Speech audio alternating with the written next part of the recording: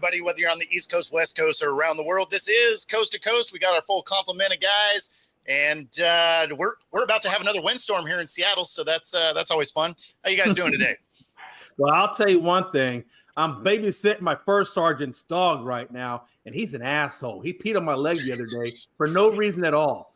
So Yeah, I can't believe he probably peed on your leg because you're a Cowboys fan. He's like, this is what you get. Oh, I like how you tied that in. What are you talking about? That has nothing to do with that. That's them peeing down their own leg. Exactly why he had to show Jay what they're doing. He's like, this is what your Cowboys are doing. Man, yeah, that is about to be the worst Thanksgiving game. Like that is going to be so bad. I did know you can get tickets for it now for $40. There's probably going to be, lots of empty seats. That being said, you should go, Jay. It's only $40. Man, I'm thinking about it too, man. I just got to convince my parents to let me go because they want me to come eat Thanksgiving dinner with them, but I really do want to kind of go to that game because this probably will be the most economically friendly game, to be honest with you. Oh, I think there's going to be plenty more. That's it, Pags. Just jump right in. The water's already warm. It's already preheated. Let's go. I know, because that dog keeps peeing in it. That's because you just pissed in your own water. What's up, Joe? Daniel Jones just got released this morning, so that means he's officially done in New York. Yeah, I was just now seeing that. Like, weird. Well, they didn't even try to trade him. They just flat out released him. You didn't hear what happened. You didn't hear what happened yesterday. Well, he was playing like safety in some practice. Exactly. So he's been on the fourth string reps the last couple of days, basically on the practice squad, and they needed him to fill in for safety the other day because one of their safeties got hurt or something. So he was doing some reps at safety, and he kind of looked at the coach like, "Why am I playing safety?" And he's like, "Well, you're not playing, so it doesn't matter where you play." So he's like, "Well, then trade me." He's like, "Fine, we'll release you." But I would have traded him. Like, why wouldn't they try to get something? I mean, even if it's a fourth or a fifth rounder, it's still better than because first off, trading deadline's passed. No, I don't mean now. I'm not saying the offseason, though. This season. I'm talking about just next season. Like, why not? Who's gonna? What's he worth? A bag of donuts, an eighth round pick. I'm just asking. Yeah, like not good donuts though. Like gas station donuts. Yeah, the stale gas station donuts that have been sitting there for weeks. So yeah, I didn't realize he had gotten cut, but I think he's good for a spicy bite that's from like 3 days ago, right? Hey, is that like shriveled up? Is that like when you go to the gas station and you get the tequila that's just rolling on that roller? Yeah, that's what I'm saying. But not one that's like made the same day, like one that's been there for 3 days. Yeah, it's been a hot minute to it. Like it's 45 minutes away from being jerky. Oh, yeah. Hell yeah. Oh, man. $45 not worth it. Oh, Joe, keep the faith, baby. We'll come back in about 2 decades from now. It's going to be all right. Definitely not the Hostess donuts because those are actually good. I will smash some of those. That is way too much for Danny Dimes. Yeah, absolutely. Give me a lemon fruit pie anytime. Small bag of potato chips. Yeah, but like off-brand, right? Like some Kroger type of stuff, like Safeway Signature or something. Like no name brand chips. Hey, that's like when you go to the grocery store and they got the clearance aisle for the crap that's about to go bad. Yeah, that's where Daniel Jones is. It might even be like an open bag from under a bench. It's kind of soggy. No, at this point, Daniel Jones is at the food pantry looking for someone to pick him up. So, realistically,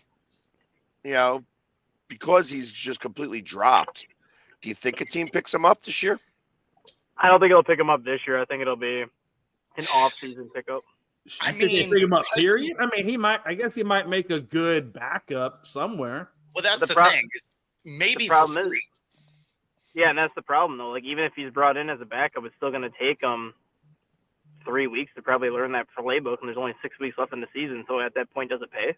What are you talking about? He doesn't know the playbook that he's been in for years. Fair point there, but I mean, my thing is, if Dable can't develop you, which we all know what Dable did with Josh Allen, with Sean McDermott did help as well. But if he can develop somebody like like Josh and you can't develop Mac or Daniel Jones, yeah, that just kind of tells you all you need to know right there. I mean, Target. He can work at Target. It's almost holiday season. They're gonna be hiring like crazy. He'd be a great greeter at Walmart. Why does he need a job? He's got $24 million. Let's be for real. $24 million come to him no matter what. Yeah, and he's still got that money. He's still getting a paycheck even though he was dropped. Pay for that mansion, damn it! Somebody got to pay the taxes on that mansion. He does still have the money coming in, so he can pay it for now. Yeah, I'm just saying. Hey, look, taxes on the mansion cannot possibly be cheap. So I mean, that money, $24 million is a lot of money for us that are practical spenders. But when you're on that level, you're spending just as much as you're making. So I mean, I don't know how far that $24 million is going to go with what he's spending. I don't know that that's the case. That's saying that everybody is poor financially, financial planners. Not everybody, because you can take Hurts, for example. Like I told you earlier, Hurts has got hundreds of million, but yet he lives with his parents in a modest, probably $500,000 or $600,000 home in Humble, Texas. I'm not same thing with, some people. Same thing with Justin Jefferson. Justin Jefferson is making $25 million this year because it's his fifth year option. Then his big contract kicks in next year. He lives in a townhouse in Minnesota. Now, he doesn't even live in his own house. There are people out there that do well with their money. I'm not saying that there's not, but there are a lot of people though that have gone broke on that money as well. And you know what I'm talking about. Oh, I know, but like Hurts and Jefferson are like prime examples of like younger NFL athletes that got paid at an early age, but yet they were smart with their money. Like Jalen Hurts living with his parents, he's probably not going to buy his big mansion until he's done playing football. Same thing with Jefferson. He even admitted that he doesn't need a big house. He doesn't need all these, like he drives a Mercedes, but he doesn't drive like a Lamborghini or anything like that. I don't need that stuff. Marshawn Lynch never cashed a game paycheck. He lived solely off of his endorsements. Mm-hmm. Yeah. So all that game paychecks you wouldn't expect. So there are people that are really good with their money. I'm not saying there's not, but a lot of them. Well, take even Allen Iverson. I don't know who got into his ear, but he actually listened to him and made probably one of the best investments. He put $21 million in a trust that he couldn't touch till he got to a certain age because he blew through all of that money. And then it finally came where he got his trust fund. And I think by that time he had already gotten smart with this money. So now he's good to go. But had he not set aside that trust, where would Iverson be? Well, yeah, that's the Brewster's Millions theory, right? Spend $30 million in 30 days so you don't go and get really dumb with $300 million. Yeah, there you go. $10 million. Jay,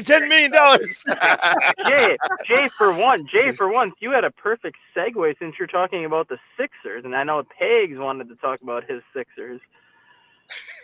I didn't really want to talk about him, but I might as well now. Last night we ended the show with whoever leaked the said Embiid said that he was a piece of shit. Yeah, so it's interesting that that's coming up now. It's like, oh, okay, that's it's funny that he called everybody a piece of shit. Well, then wasn't there kind of a report like late last night too that says Embiid will pay somebody if they can figure out who it was? It would make sense. Because he's looking for like he came out and said whoever leaked that is a piece of shit or whatever. And there was another report that I saw that Embiid is doing what he can to figure out who leaked that, and he's willing to pay whoever can help him find who did that. He's willing to pay another piece of shit to out the guy. Yeah, pretty much. At that point, yeah. I want to pay another rat to find the rat. I like it. And then you two rats can team up together. Well, maybe Embiid should just stop being soft and actually be a hard-nosed NBA player, and then you won't have to worry about leaks and shit like that, man. I mean, come on. I think the team should be built around Maxey. I like Maxey. I think he's a hell of a ball player, and he's not soft. He speaks this truth, and he's not afraid to go to Embiid and say, "Look, why are you showing up late to practices and stuff?" Like he's not afraid to confront Embiid. I like that in him. That's what a leader does. There's already this much drama, and the season is barely started. By the way, the Rockets are 10-5. How like them apples, right? We're fourth in the West. I never thought I'd see the day. Trying for that in-season tournament. Because then you just that's the whole thing. I hate this in-season. Everybody puts so much.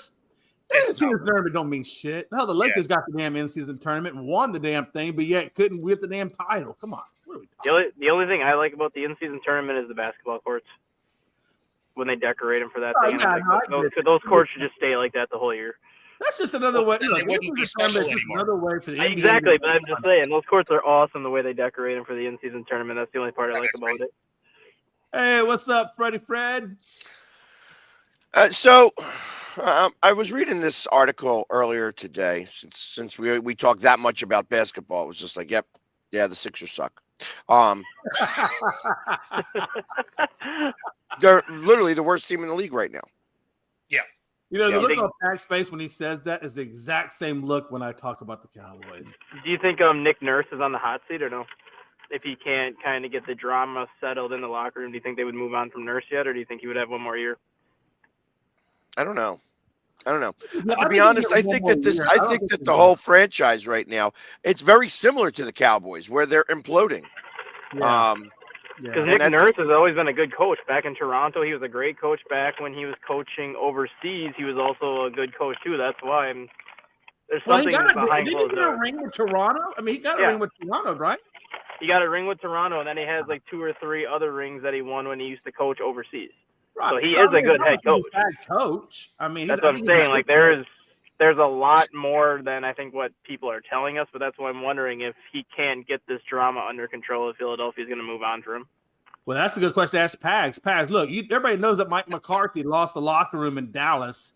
Do you think that Nick Nurse is getting close to maybe losing the locker room in Philly? I don't know that he ever had the locker room. That's a good question. So I look at it more like how far away are we from getting rid of Embiid? Like that's a good point. I've been asking the question nonstop. Like, would you accept the trade? Now you have to think it's soon, right? Especially after this, yeah. Yeah, that's what I mean. Look, let's be honest with Embiid. What's always the running theme with him? Plays the regular season, misses most of the postseason due to injury. I mean, it's like every time the postseason comes around, that dude is dealing with some kind of injury. Either he's the most injury-prone son of a bitch, or he just comes up with weird injuries. I mean, it's crazy. Wow, it's the weird injuries because Kawhi Leonard's the most injury-prone son of a bitch. Well, that's true. That guy does not want to play. That's true. Well, I think it's that last part that makes the injuries questionable. Dude just doesn't seem like he likes basketball. It's kind of like he plays the regular season and then he load manages in the playoffs. I mean, he doesn't hardly play the regular season. Well, that's true. I was trying to give him a little bit of love, but damn. No, zero love. Kawhi Leonard has turned into the Anthony Rendon of the NBA, where he has missed more games than he has played since he signed that contract. Kawhi Leonard, man, that's just another. I mean, don't get me wrong.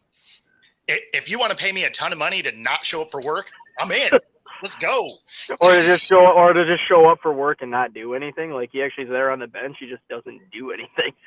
Yeah, perfect. I'll show up and use my punch clock for my attendance, but I'm not gonna do anything. I'll watch Netflix on the bench. Good to go. That's like the 4 top people that I can't stand in the NBA is Kawhi Leonard, Russell Westbrook, Kyrie Irving, and then Joe Embiid. I mean, those got to be like the 4. Hey, Russell Westbrook just had his 200th double-double. Yeah, I saw that. Well, there's like 200th triple-double, actually. That's what I meant. Yeah, triple-double. Yeah. It's the most in NBA history. The only problem with his triple-doubles is his field goal percentage sucks so bad that he's got to shoot an assload of shots to get that triple-double. Hey, you know what? That's because he's not the same. That's not the same player he used to be, though. Like before his knee injuries, he was such an explosive athlete where he could go to the rim anytime he wanted to and dunk over somebody. He's never been a great shooter. It was always his athleticism was what made him. Yeah, but was he really a great teammate, though? I mean, when he was in Oklahoma City, he was a great teammate. And Durant and James Harden and Nick Collison, who was the center back then, will even attest to that. He said that he was a terrific teammate when he was in Oklahoma City. It's the fact that when Oklahoma started trading everybody away and then the injuries started to pile up, it just got to the point where he was frustrated to be where he was. And then once he got traded out of Oklahoma City, he just couldn't stay healthy. Yeah, I mean, I don't know. the biggest problem with guys that are like that are hyper athletic is if they don't evolve their game. Like, I actually don't know how Westbrook is still in the league because he can't shoot and he's not explosive like he used to be. And, we watched that in football too, right? Cam Newton, he never evolved his game. He became, he wasn't quite that same athlete anymore. Like, if you want to stick around, you got to adjust your game so that your skill level goes up as your athleticism starts to wane. And, Westbrook didn't do it. Newton didn't do it. Well, let me ask you, stat guy. I know you're stat guy. I know you got the stats, right? So now that Westbrook is with Utah, is he over there? Is he starting for Utah, or is he riding the bench? Hey, let him tell you about Snow. He doesn't start. He doesn't start in Utah. He's sixth man. He might not even be a sixth man. He comes off the bench. He sees a ton of minutes, but he's not. He's mainly there for the veteran presence, the veteran leadership, and then just to spare the younger guards that need like 10, 15 minutes a night off. Okay. Yeah, that sounds about right. He does have a couple starts this year because I think either Colin Sexton or the other guard, the rookie, I forgot his last name. I think it was George is his last name, but I can't remember his first name. But he missed 2 games earlier in the year with an ankle injury. So Westbrook did make 2 starts, but other than that, he doesn't come on. He comes off the bench. I'll tell you got to know your career's in the toilet when you're coming off the bench. Like, you used to be a starter, now you're just a bench guy. Not really though, because look at Jamal Crawford. Jamal Crawford was always. Yeah, but Jamal Crawford really he wasn't like a superstar at the level that Westbrook was at, right? I mean, Westbrook was a superstar, and now he's just nothing more than a 6th man. I don't know. To me, that takes away from what you were doing in the NBA. Would you rather be a 6th man, or would you rather not play? I don't know. I'd probably rather not play if it's going to destroy my legacy. Like, that Westbrook, great NBA guy, but wound up on the bench riding out the end of the pine. I mean, I don't know. To me, it's just a fall. It's like a fall from grace almost. I mean, I don't know how much money he's putting my way. Again, if you look at the money aspect, I get that. Like, but the legacy aspect is like, how did you finish up the NBA career? Well, I finished it out on the bench. Carmelo Anthony was the same way. Carmelo Anthony, rode the bench his last 4 or 5 years in the NBA and was making $6-7 million a year. Yeah, and he's, like, if you're going to be a Hall of Fame guy and you can extend your career by being a role player and you're going to get $6 to $10 million a year, sign it up. But okay, that's my point. Like, and I'm not saying by any means that Westbrook was ever a GOAT, so I don't want to imply that. But I'm just saying, like, a lot of the great ones that were like that have legacies, they never rode the bench. They knew when to leave the game when the game left them. They weren't trying to get the money. They knew when their time was up, right? The thing with Westbrook, though, he just got his 200th triple-double. So it's not like he's not producing when he's on the court. He's just not that 25 to 30-point scorer anymore. Triple-double. Is that triple-double really that impressive when your field goal percentage is in the toilet? Is it really that impressive? The thing is once he goes into the Hall of Fame, they're going to talk about the number of triple doubles that he had. They're not going to talk about 23%. I mean, I understand that narrative, and I get all that. I mean, they're not. I'm just saying from our perspective, it just looks like once you ride the pine, it's just. I don't know, man. To me, if you're like a big superstar and then you ride the pine, it's almost like diminishing who you are. Like, you're just hanging around the league to hang around. Man, I'm making money. Maybe I get one more triple-double to break the record. If you're trying to get those accolades, great. But you got the accolades off the bench. It's not like you're starting to get those accolades. I mean, at the end of the day, I'll take the $10 million to not murder my body. Every year. I would too, damn it. But I'm not a superstar. I'll take anything they give me. Hell, I'll take the fucking crumbs off their plate. I don't care. I mean, you don't have to show up all the time. You're not going to play a lot of minutes and you're getting $6 to $10 million a year. Like, I'm in. Let's go. Like, I'll do that. I am about it. Hell, I'd take all the free NBA shoes that they get. The Nikes, in other words, some money. Let's go. I'd do it just for that. See, you're killing your own point, man. No, I'm not. I'm just saying the point of, like, you're right. They get so much money that, I mean, I would take whatever I could get too, but that's just because I don't have what they have, right? So it's enticing. I mean, any one of us would. But they're not like us. They're a different, athletically, they're a different specimen. Right. Sure. You're still going to take the money and run. Like it's I mean, Jay, he's making $6 million to play 82 days, or to basically work 82 days. Oh, I get it, man. I understand that. And not even all 82 days. No. So I mean, let's be honest. Let's be honest. I guess maybe that's why you're never going to see LeBron riding the pine, or you're never going to see D Wade riding the pine. You're never going to see Jordan ride or Pippen.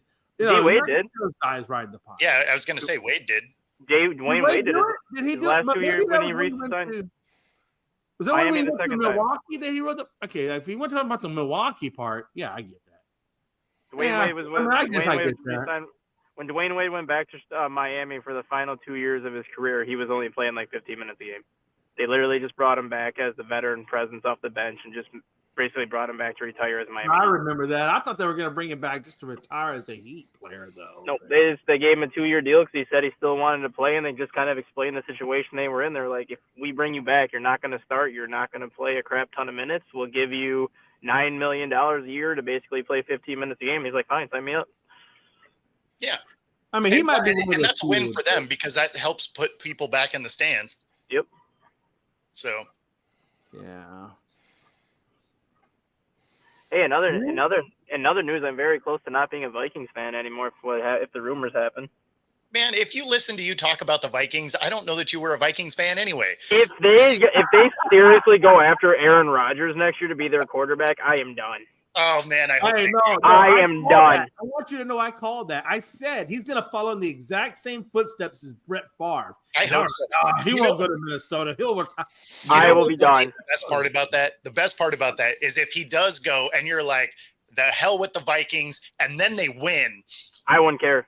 I that is the one NFL player that I don't respect at all, and I wouldn't care if he went to Minnesota and won. I would be done. Like, at least I had some respect for Brett Favre when he went to Minnesota because I respected Favre as a player. I can't stand Rodgers. If he goes to Minnesota, I am done with Minnesota.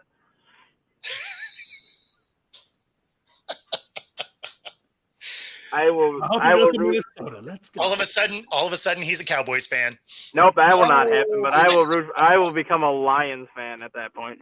Oh, you're just a bandwagoner. Okay, all right. I would because I'd have to figure out what team I'm going to root for going forward at that point. Okay. I don't know who to pick yet. As an owner, but I'm not going to leave my Cowboys. I'll stay with them, and we're going to ride or die this misery train. I mean, way to stay in the division. Like, that's even a worse look. I mean, I could say Kansas City, but I'm not going to go that far. That's the same thing. Like, fine, I'll become a fan of my second favorite team then. All right. Who's your second favorite team? I don't even know who your second favorite team is. Houston. Oh, Texans. Yeah. Damn right. Okay. Always come back to Texas, baby. Like I can get more into that than like, hey, let me just pick the best team in the league to root for instead. I just liked Houston. I just liked Houston's logo when they came into the league back in 2002. So I'm like, I like them. I was only like 10 when they came into the league, so. Oh, you just lost all sports credibility. Bandwagon fan. Bandwagon fan. There we go. I'm only a bandwagon fan for one team, and I will admit to that, and I don't care. For college basketball, that's the only team I'm a bandwagon fan for. Oh, no. If you leave Minnesota now and to go to Detroit or anywhere else, that makes you a bandwagon. But I haven't done that yet. Quarterback you don't like doesn't mean you desert your team. I mean, look, I will tell you right now, Bo, Pags, me, we all got players we don't like, but we don't leave our teams. So you can't leave your team or that makes you a bandwagon. That is actually the literal definition of a bandwagon. Just saying. Especially the NFL has decided to flex the Broncos-Chargers game onto a Thursday night. Yeah. Oh, really? They finally did a Thursday night flex. Okay. Yeah, it's the first time that they've done this ever. I wonder how happy those teams are. This is the first one. That's awesome. So that should be a good game. The Browns and the Bengals will now get Sunday night. Wow. Or Sunday day. Oh, I was going to say, why would they do that? Just a 1:00 game now. So okay, no, that makes sense. I was like, Sunday night. Why ruin a Sunday night? Right? You know what I'm saying? Damn. I do like that flex. I do like that flex. That's a good flex. Yeah. I found it odd that the Browns were playing 2 Thursday night games, so close to each other. Yeah. I mean, I don't know. They've done that a little bit. Like Seattle had them back to back last year. Back to back makes sense. Yeah.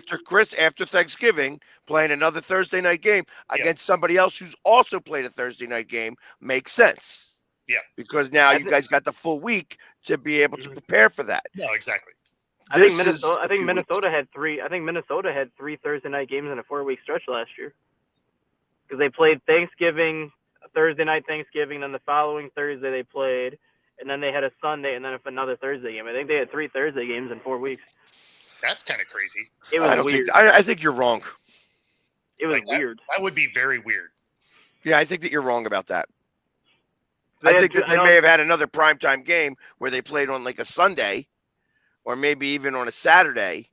Yeah. But never on not on a Thursday. They didn't play 4 Thursday games or 3 Thursday games in 4 weeks. They did not. I mean, it's hard to think that they had 3 Thursday games all year. I mean, right.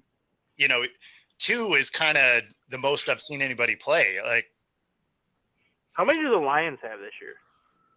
Because I know they have the Thanksgiving game and then they play the following Thursday. And then did they have one earlier in the year? They did. So that would give the Lions 3. Do they have another one towards the end of the year? Oh, no. You know what? I take that back. They didn't. They had a Monday. They had a Monday game. Okay. Yeah. The Lions had. Can any of you pull? I'm driving, so I can't pull it up. Can any of you pull up the Lions schedule to see if they have another Thursday night game after these 2? Yeah, I can pull that up. Because for some reason I thought the Lions had one already before these 2, or they have one after these 2. I thought they had a Thursday night game like way early in the year, like early season. Oh, here, I can pull them up real fast. It's Lions schedule. They have played Sunday, Monday, Sunday, Thursday, Sunday,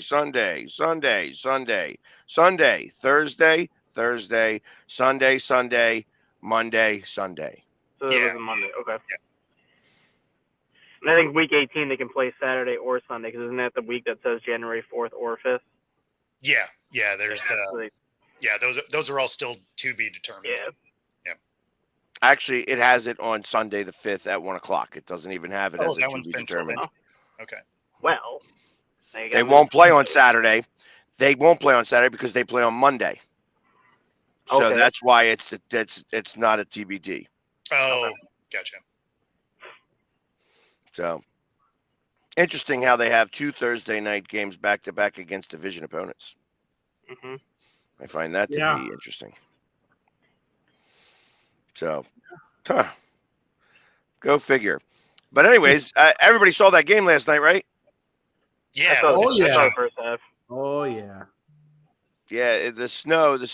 I knew there was 2 things I could have swore I would have been specific. And now I don't know. Was it over? Yeah, it definitely went over. Yeah, it went over. So it was the over under. Everybody was taking the over, and everybody was taking Pittsburgh. So I knew, sure as hell, Pittsburgh was not going to win this game. It was like 82% of the public was betting Pittsburgh. So, I mean, you would think naturally, given the talent of both teams, you would think that Pittsburgh should have got it, but that's not the way it worked. Yeah, you're right. Your Steelers did stink last night. I mean, well, for how well the Steelers have been playing, I mean, even last week, they didn't look great last week against the Ravens, but they still won. But you knew that a clunker of a game was going to come from them at some point just because of how well they've been playing. Like, every team 6 field goals was a clunker of a game? No, they still won that game, though. Like, yeah, but that wasn't because of them. That was because the Ravens shot themselves in the foot. Like with the Lions too. Like, the Lions have won 8 games in a row since they lost to Tampa Bay in week 2. You know, at some point a clunker of a game is going to happen. Is it going to happen against Green Bay? Not next Thursday, but the Thursday after Thanksgiving, like last year when the Packers went into Detroit and blew the doors off of Detroit on Thanksgiving? Or is it going to happen the week after they play Green Bay because they're going to come off of 2 Thursday night games, have basically 10 days off between their next game? Lions are going to have a clunker at some point. I mean, every team that gets on a long win streak has a clunker at some point in the season, like this time of year. And it's kind of what they use as like that mental. The Lions had theirs. They just happened to win. Because, I mean, 5 turnovers generally doesn't equal a win. So I never mean, does. that was the clunker of a game. They just happened to somehow pull it out. And this is because it's a divisional game, Joe. Never rule like you throw records away for divisional games. You know, and it doesn't matter what division it is. Packers Bears, prime example last Sunday. Nobody thought the Bears were going to be in a position to win that game against the Packers last Sunday. Like everyone had the Packers winning that game. Every team will drop one to a losing team. I mean, sometimes it just happens. You have a bad game. You know, it's not indicative of who you are. You just had a bad outing. And no, that's snow. I mean, that played a factor in it too. I mean, a lot of things played a factor in it. Well, for the Steelers were incredibly consistent in the way that they were bad on offense, bad on defense, bad on special teams, bad on play calling, clock management. Like literally they got in their own way the entire night. It was funny. I did take Pittsburgh, so I was, thinking would have been helpful if they'd won. But everybody in our Pick'em Championship took Pitt, so didn't have to worry about losing a spot. But, I mean, they just played horrible football for the entirety of the game. Yeah. I mean, their defense did get a few sacks, but, and I think they even got a pick. They got an interception and a couple of sacks. I mean, they produced a little bit, right? But the offense didn't do anything. Oh, no. Cleveland got a couple of sacks. The Steelers got 1 sack.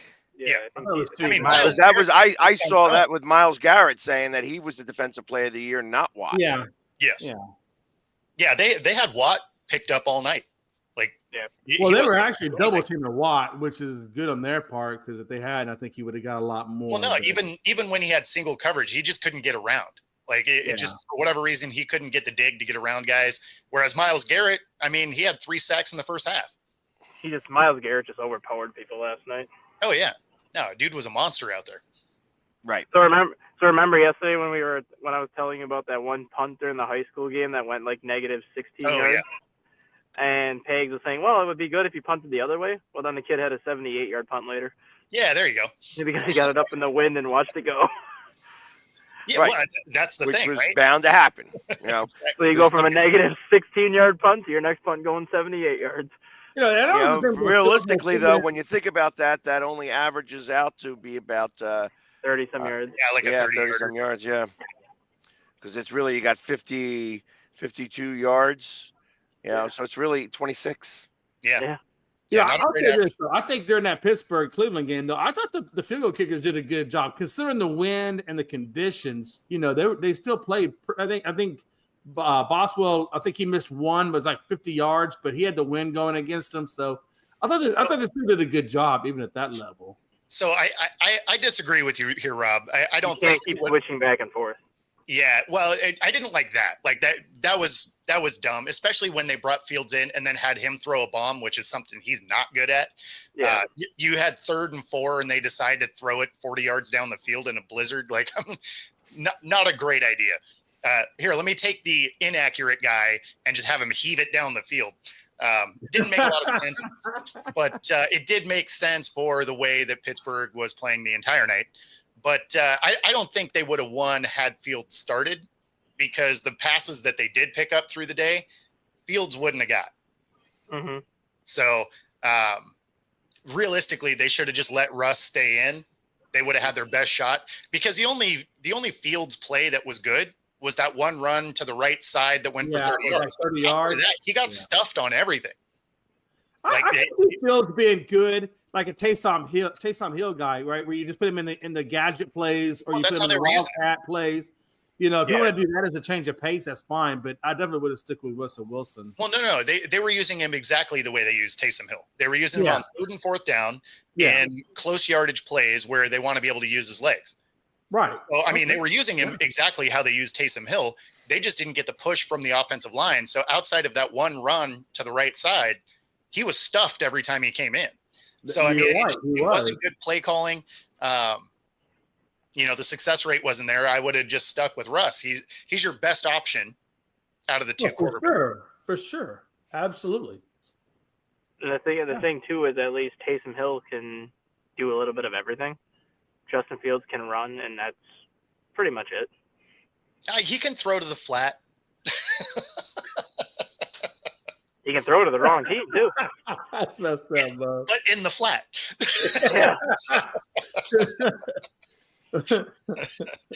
Yeah, no, it was just bad play calling. It was just bad top to bottom. Like they had opportunities, but it seemed like anytime you're like, okay, this seems like the thing that you should probably do here, they're like, yeah, we're not doing that. You know, Bo, speaking of bad play calling, we have missed our commercial break at top of the hour. I just want to. Yeah, we did. I was just going to keep us rolling, but might as well chat about it. If you're here in the Pacific Northwest, maybe not later today because we'll probably lose power in the next weather system coming through. But you can use the QR code, to get a free 5-day pass for the next week, and do Pilates boot camp, yoga, hot bar, any of the 3 locations, whether it's Bellevue, Ballard, University Village. Find your edge at True Fusion Gym. And of course, if you bet on Pittsburgh last night, you probably need to take advantage of the 10% bet guarantee because you did not win.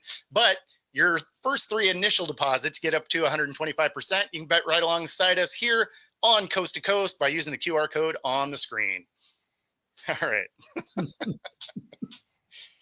Did you like that segue there, Bo? That's a good segue. Yeah, well, if you're just going to throw it out there, I figure might as well. I was playing double dutch. I was just seeing where I'd jump in, but if you're just going to stop the ropes, I'll just go. We got the Irish goodbye here, so stat guy is gone. Hopefully he didn't get in an accident. He was driving. It kind of makes me nervous when I see that happen, but we will pray for the best. I like that he's close enough to the. Oh, it's not anymore. He was close enough to the camera that it reminded me of Ace Ventura when he's looking in the drain. No, I was driving into the airport. I had to freaking take my phone to show them my parking pass. Oh, gotcha. I got to do that later today. Actually, I got to go pick my wife up. She's in Houston actually at the moment. So, wish I could have went. I would have went and bothered Jay. I go take the flight tomorrow. Nice. I actually did what I said I was going to do. I actually reached out to Home Depot, so I'm going to College Game Day tomorrow to help build the setup. Right nice. On. Awesome. Lucky you. We'll see you on College Game Day. Is that what we'll do? Hopefully, I'm going to try to get close enough where you can. You're going to be one of those guys holding a sign. No, I'll be one of those people with the. I'll be one of the people with the orange Home Depot hard hat on. No, you should hold up a sign that says "I like pork chops." That's it. I don't even know where they're going, and whether they're playing it's where are they going? It's Indiana and Ohio State. Oh yeah, so I like pork chops is perfect for that. Oh gosh, yes. Well, I mean, it makes sense that you'd be going to a college game since you don't have a pro team anymore. Oh, because my work. There are 32 teams I can choose from. Well, now 31. So he's not a Minnesota fan. So 31. And if you want to take out the Cowboys, now we're looking at 30. There's still 30 teams that can get the luxury of having sports stat guy as one of their fans. Yeah, but he's just a rental, so why? Be a 1-year rental. Yeah. Nobody wants that. Hey, no, well, you could become a Jets fan. You could become a Jets fan since the Rodgers will be going over there. No. And Rex Ryan says that he could save the Jets. Oh, I think he could. I would watch that because that would be hilarious. Are we saying though that stat guy is the Ryan Fitzpatrick of the fan club? I know. I've only really one team my whole life. No, but now you're leaving, so because Minnesota's just irritating me if they honestly don't believe in JJ McCarthy's going to be healthy next year, then why not just bring Sam Darnold back? Like, why would you even go out of your way to bring a 41-year-old quarterback who looks like complete shit in? Like, stick with what you have that's working right now. Yeah. I disagree. I think that they should just do it. Not only that, I think that they should bring in Daniel Jones as his backup. Oh, 100%. Or make Daniel Jones the quarterback coach. Let's go. Why don't we just go get Deshaun Watson as our backup while we're at it? Yeah, Let's do it. Let's go. Minnesota's got a very nice massage facility on their stadium grounds, so Deshaun Watson would fit right in. There you go. And that rookie's not going to play ever again, right? That's just hog, Well, he'll play, but if he just had his second knee surgery now, like how far behind schedule is he? I don't know. Oh yeah, you get McCarthy too. There we go. See, now we're thinking. I don't want McCarthy as my head coach. I got a better idea as my head coach. Yeah. I want Dennis Allen. Okay. Maybe some Jason Garrett straight out of the booth. Hey, listen, if we're going down that road, you might as well just bring in Urban freaking Meyer. Take Dennis Allen as my head coach. Take Brandon Staley as my offensive coordinator. Yeah, give me Urban and Rodgers. That sounds awesome.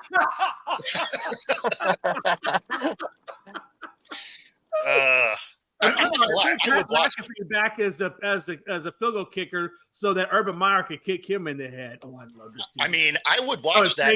See that. Matter of fact, we're gonna go that direction. Let's bring Urban Meyer, Pat McAfee, throw him in WWE and Monday Night Raw. Let's go. I mean, that might have taken a weird turn, but I mean, if they had Rodgers and Urban, I would watch that dumpster fire happen. Oh, absolutely, I would too. God. Yeah, I don't think that'll happen though. I want to see Rodgers stay. I want to see Rodgers and Rex Ryan butt heads. That's why I'm hoping he stays in New York and Rex Ryan gets that job, because I want to see those two butt heads. Oh, they'll definitely butt heads. Oh, that would be amazing television. Because Rex Ryan already has a short fuse. So, exactly, that would be amazing television to watch those two butt heads in the middle of the game. He would bench Rodgers 100%. He would pick him up and throw him on a bench. He said butt heads. he would literally. He would do what Mike Sherman did to Brett Favre. He just said butt heads. He would do what Mike Holmgren did to Brett Favre back in the day, where Mike Holmgren literally grabbed Favre by the jersey up by his neck and pretty much was like wringing his neck on the sidelines, and then sat Favre down. Like Rex Ryan would pick Aaron Rodgers up and throw him onto the bench. I'm with it. Let's go. Like, that seems awesome. Or when he throw him in the dark room for more counseling and therapy sessions. I mean, he would throw him onto the bench, and then they would fill his water bottle with ayahuasca. Well, he not hiawatha, the ayahuasca. No high. There's no H. Hey, it gets him high whenever he's drinking out of it. So hey. He would fill his water bottle up with that, let him sit down for a couple of quarters, ask how he's feeling. If Roger said he's feeling higher than a kite, do you guys know how that's done? Do you guys know how that's done at all? What? Ayahuasca? No. Okay. Let me give you a little idea on how it's done. You actually get a burn. You put a burn somewhere on your arm. Usually it looks like a little cigarette burn. And then you take like a needle and you run it across a poisonous frog. The skin of the poisonous frog, and then you put that onto your skin at the burn mark. That's what happens.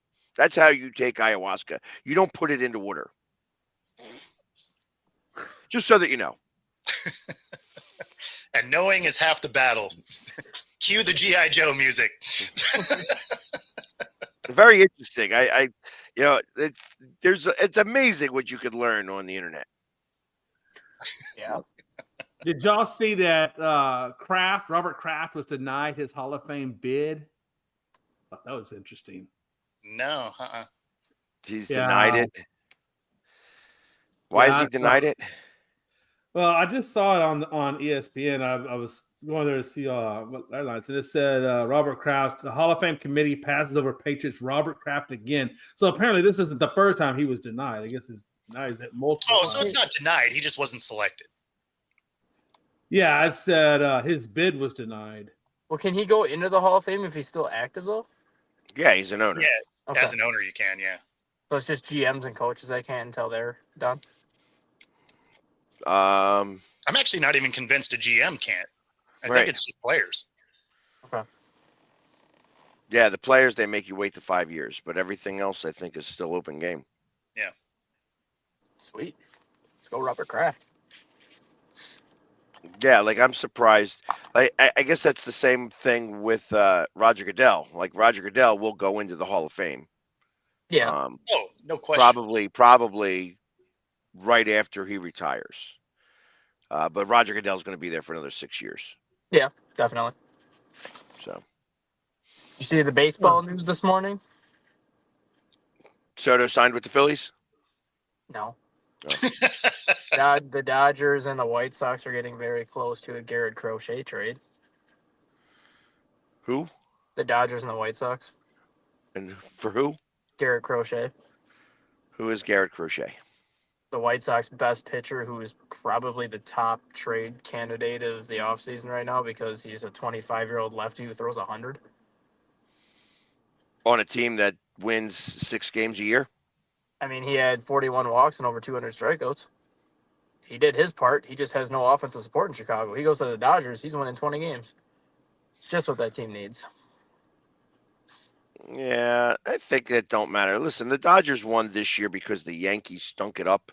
Like I said, I feel that had the Phillies beaten the Mets, which was a tough thing to do.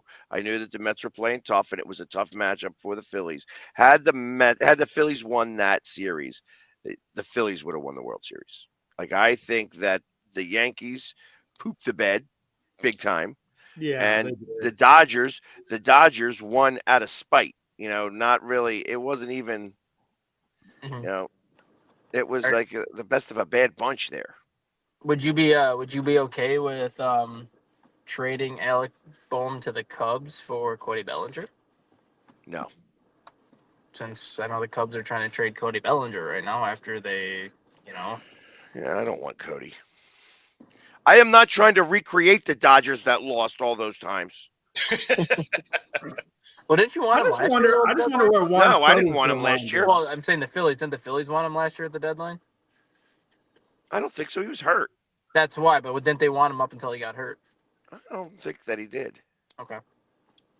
I know there were several teams that wanted him at the deadline, but then he ended up breaking his finger at the end of June. So they said, well, now we're not trading for him.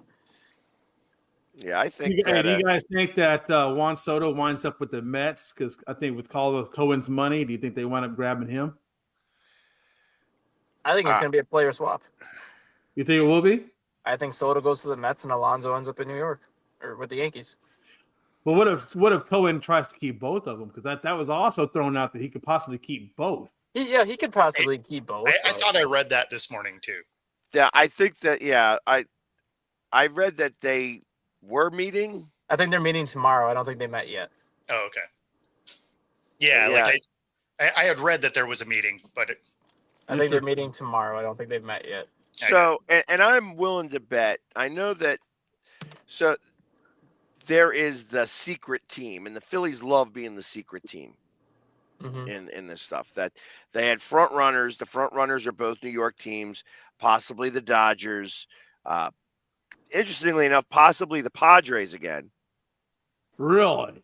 Yeah, but he would go back. I cannot see him going back to San Diego. I can see him going back to San Diego. He was happy at San Diego. He was, at least the Padres were upfront and honest with him why they were trading him.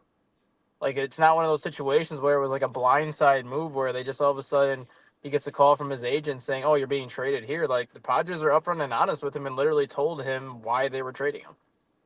I could see him going back to the Padres just because the Padres got what they got out of him, and now they're in the position to be where they're going to be long term. I could see Soto easily going back. But will they have the capital to bring him back? Yeah. I mean, I'm just saying more. What if it's a bidding war between them and the Mets? I think Cohen's pockets are a little deeper. Sometimes it's not always about the money, though. I don't know. I think it could be because he wants to. What? I think $600 million. I think is what he's asking for. Yeah, but well, first off, it ain't even him asking. It's Scott Boras. Yeah. Well, of course it's Scott Boras. So, I think this is one of those times where Scott Boras learned a lesson last year. There's an article that was in Score. He learned a big lesson last year. That, like, hey, listen, it's you can't hit grand slams every at bat. My thought is that although he is going to make a crap ton of money, Soto, I'd be willing to bet that it's more of like a 5-year deal worth like $400 million. Yep. That's what I think. That's what they were A saying. small crap, but not a big crap. Well, no, they were saying yesterday that the contract Soto is going to get this offseason is probably going to ultimately be more AAV than what Shohei's deal is. Like Shohei's got all that money deferred, but if you look at Shohei's contract, it's technically $70 million a year because it's a 10-year, $700 million contract. Yeah. So Soto's AAV is going to be more money than what Shohei's is, but it's going to be a shorter term deal. So yeah, like a 5-year, $400 million puts him at $80 million a year. And that actually bodes well because if he performs well during that contract, then he's still young. He will be young enough to get another big bag. Yep, He will opt out, and he'll have opt-outs after 2 years. Yeah. Oh yeah. Oh, I'm sure. Yeah, That's why I would not rule San Diego out, because if that's ultimately kind of the direction what a lot of people are thinking, I could easily see San Diego doing a 5-year, $400 million contract with an opt-out after year 2 and 3. And one of the reasons I'm talking about San Diego versus New York is I just feel like New York has the capital to work with, and they could match what San Diego's doing. Not that, and I understand what you're saying. The money's not everything, but you got to admit, if they're trying to get if he does want the bag, the Mets would be the place to go. I mean, if you're going to go play for a bad team, the money is everything. Yeah, I mean, you also have to look at it. Where would you rather live, though? Because I would rather live in San Diego than obviously New York. Yeah, but he wants to stay on the East Coast. Yeah, and plus, let's be honest, man. New York is New York. And San Diego's San Diego. So from a marketing standpoint, there's a lot more for him available in New York than there is in San Diego. Yeah, definitely. I think that honestly, I kind of feel that he will probably wind up with the Mets. Yeah. Unless the Phillies really like shake things up and offer him that $80 million a year. It's possible that they do, because let's face it, there isn't many places that they would be able, that a franchise could go ahead and recoup all of the money absolutely that quickly with jersey sales, except like in Philadelphia. Yep. And the thing about what you were saying about Boris too is, I think Boris learned a big lesson last year when it came to like all of his starting pitcher clients, that when you're taking your clients into free agency, you can't just do the "look what you have done for me lately" argument that he tried to use last year. Like he tried to use look at how good Blake Snell pitched in 2022. Or in 2023. Look at how good Jordan Montgomery pitched in 2023. Look at how good this Montgomery fired him. Yeah, exactly. Because teams, when they look at that, teams are also looking at Blake Snell like, okay, but he pitched shitty in 21 and 22. What happened? Montgomery wasn't really that good until last year. Like teams look at the entire body of work and not just what have you done for me lately. And I think that's the approach that Boras took with a lot of his starters last year. Like he was trying to get them to sign these massive deals based on the year that they had in 2023. It's like, okay, well, you still had 3 or 4 bad years in front of that, so teams are going to take that into consideration. Right. Like Soto's different.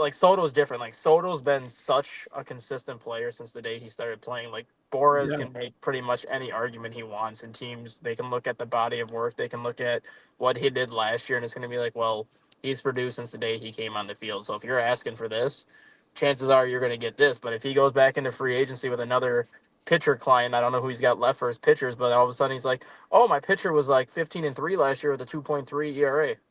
Okay, but he was 25-36 the 3 years before that. So, yeah, and you're right, Rob. We are never in the mix for any of these high dollar guys. Like that is, yeah, and that's the thing too. Like, I mean, like the Astros, they won't pay that kind of money. They've never been known for paying that kind of money. But that would be a great place for him to go for 2 reasons. 1, we don't have a state tax. 2, our cost of living is more palatable for him. And number 3, we need a damn left fielder because Alvarez can't play left field. He's a DH. You guys don't have a state tax in Texas? Huh? You don't have state taxes in Texas? No, there's no state tax. We just have a federal tax. You sons of bitches. Dude, I'm telling you, man, people don't understand. Houston or Texas is a gold mine for cost of living and not having the high taxes, right? I mean, Florida too. Like I know Florida doesn't have state taxes either, but damn. Yeah, but Florida's cost of living is much higher than. Oh, I know. Yeah. But I'm just saying, I got to go somewhere that doesn't have state taxes. Saves me money on my paychecks. Delaware. I don't want to go to Delaware. Yeah, it sucks there too. I know. Cool. I just want to get more money on my paychecks. Out there. Plus, we have good weather too, damn it. We got good weather in Texas. Let's go. if you're watching on YouTube and apparently not from Delaware, you can like and subscribe. If you are watching on Roku, stay tuned for the next hour. We'll see y'all tomorrow. Again, unless you're in Delaware, and then you may never turn into our show again. But that's okay, because there's only 12 of you there anyway. Let's go, Big D. Have a great weekend, guys. Later, guys.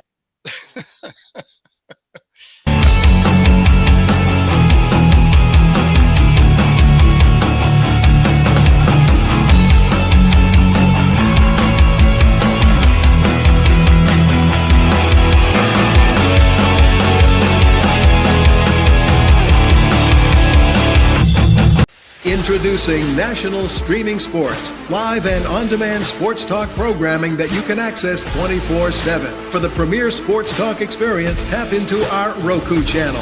Start your mornings with Mac and Jack covering all the weekend sports action. Then pour a cup and enjoy all the sports you can drink on the Coffee and Sports podcast. At midday, talk sports from east to west on the Coast to Coast podcast. Followed at night by some hot girl talk with Prim and Proper Sports featuring Sonia Pearson. Talk boxing on the Gloved Fist. Yankee fans tune in for Start Spreading the News. And there's more on the College Sports Huddle and Sports Scope with Robert Butler. There are 20 podcasts in all and 70 weekly shows giving us a 3.4-star viewer rating. To find us on Roku TV, search for National Streaming Sports on the Roku search bar. Click on the logo and you're in. National Streaming Sports.